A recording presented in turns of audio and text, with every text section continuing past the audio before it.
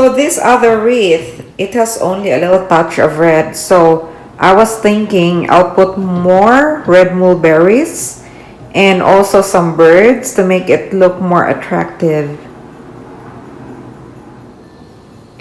When you store your wreath somewhere, sometimes the leaves gets folded.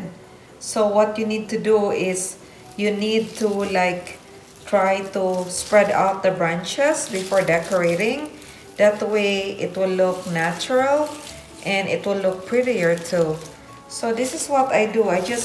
Those branches that are folded, I will just try to let them spread out and also make them look upright.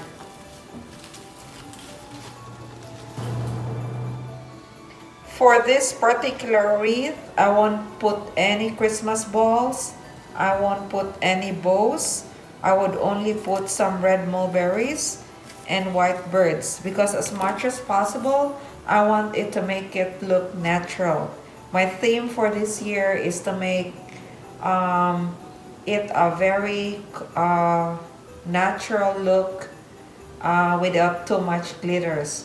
This one has already glitters, so I don't think I would need something more sparkly or glittery. So that's what I have decided to do with this particular wreath.